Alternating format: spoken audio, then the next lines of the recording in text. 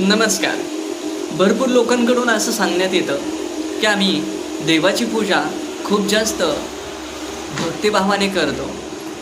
आमच्या घरातील देवांची पूजा आम्ही दररोज करतो, तरी देखील आम्हाला देवाची कृपा जाणवतच नाही.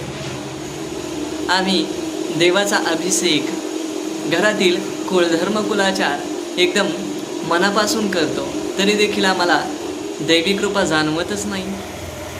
याच्या मागेसुद्धा खूप काही शास्त्र आहे, याच्या मागेसुद्धा शास्त्रीय आधार आहे.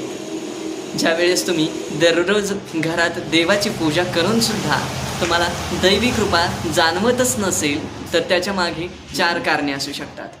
एक तर तुमच्या घरात एखाद्या देवाची मूर्ती डबल असेल. कोणत्याही एका देवाची जर 2 मूर्ती असतील, तर त्या 2 मूर्तींमुळे त्या एका देवाचा प्रभाव तुम्हाला मिळत नाही.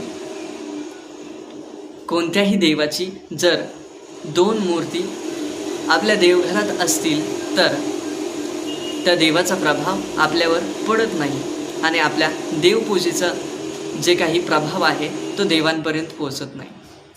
त्याचबरोबर दुसरे कारण म्हणजे आपले कुळधर्म कुलाचार चुकवून आपण काही दुसऱ्या गोष्टी केलेल्या असतील. कुळधर्म कुलाचारात जर आपण काही फरक पाडलेला असेल, तर त्यावेळेससुद्धा आपल्यावर देवाची अवकृपा होते, परंतु देवाची कृपा होत नाही. तिसरे कारण असे की जर आपल्या देवघरात मातीची मूर्ती ठेवण्यात येत असेल आणि त्या मातीच्या मूर्तीची जर आपण पूजा करत असू, तर त्यावेळेससुद्धा देवाची कृपा जाणवण्याऐवजी देवाची अवकृपा जाणवते.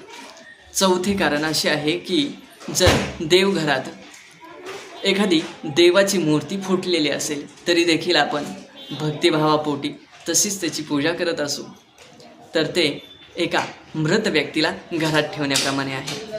त्यामुळे या 4 गोष्टी जर तुमच्या घरात चुकत असतील, तर तुम्हाला देवाची कृपा घरात कधीच जाणवणार नाही.